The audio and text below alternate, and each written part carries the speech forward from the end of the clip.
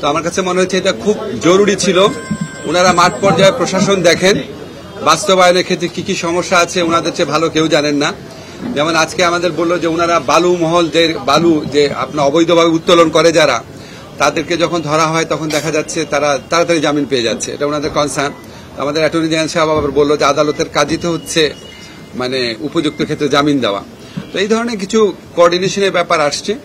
তারপরে আমরা ওনাদের কাছে আরেকটু সহযোগিতা চেয়েছি, আমরা ওনাদেরকে অবহিত করেছি আইন মন্ত্রণালয়ের পক্ষ থেকে কি কি পদক্ষেপ নেওয়া হয়েছে। যেমন সরকারি অনেক মামলা থাকে, মামলার ক্ষেত্রে আমাদের সলিসিটর যে উইং আছে আইন মন্ত্রণালয় তারা বেটার কোঅর্ডিনেশন করার জন্য কি কি পদক্ষেপ নিয়েছি সেটা বলেছি। আবার ওনাদের যে আদালতগুলোতে ম্যাজিস্ট্রেটের ওনাদের যে ডিসি অফিসগুলোতে ম্যাজিস্ট্রেটের আদালত রয়েছে স্থান সংকুলনের সমস্যা সেটা সমাধানের জন্য কি করা যায় সেগুলি কথা বলেছি। প্রবাসী কল্যাণ মন্ত্রণালয়ের ব্যাপারে আমরা ওনাদেরকে কাছে রিকোয়েস্ট করেছি যে যারা এসএসসি এইচএসসি পাশ করার পর ছাত্ররা যে কিছুক্ষণ সময় পায় কয়েক মাস সময় পায় ওই সময়টাতে যেন ওনারা ওনাদেরকে টিটিসিতে নিয়ে আসেন টেকনিক্যাল ট্রেনিং সেন্টারে। তো ওনারা আমাদেরকে কিছু সাজেশন দিয়েছেন, খুবই গুরুত্বপূর্ণ সাজেশন।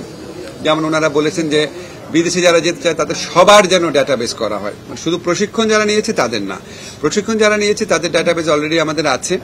আর ওনারা যেটা বলেছে এটা আমরা অলরেডি সত্যি ভাবছি, আমরা এই বিদেশে যারাই যেতে চায় তাদের ডাটাবেস করার পদক্ষেপ নিয়েছি, অচিরেই এটা শুরু হবে।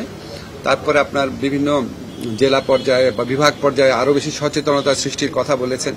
তারপর সরকারি যে রিক্রুটিং এজেন্সি আছে সেটাকে স্ট্রেনথেন করার কথা বলেছেন। এবং আমাদের কাছে ভালো লেগেছে এটা ভেবে যে আসলে এটা তো আমরাও ভাবছি। আপনি যেটা বলেছেন শুধু টিটিসি না, বাংলাদেশে খালি বিল্ডিং আছে, কর্মচারী কর্মকর্তা আছে, সেবা নাই। এটাই আমার এই গত 6 মাসের অভিজ্ঞতা। আমরা প্রাণান্তকর চেষ্টা করছি সেখানে আপনার ভালো কিছু করার জন্য। আসাদ বলেন।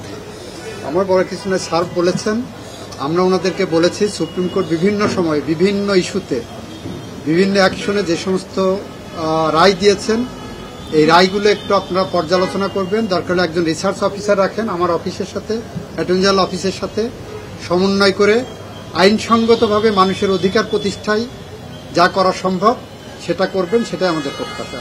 সবাইকে ধন্যবাদ। ঢালাইয়ে দৃঢ়তা, নির্মাণে নিশ্চয়তা, প্রিমিয়ার সিমেন্ট, ঢালাইয়ের রাজা।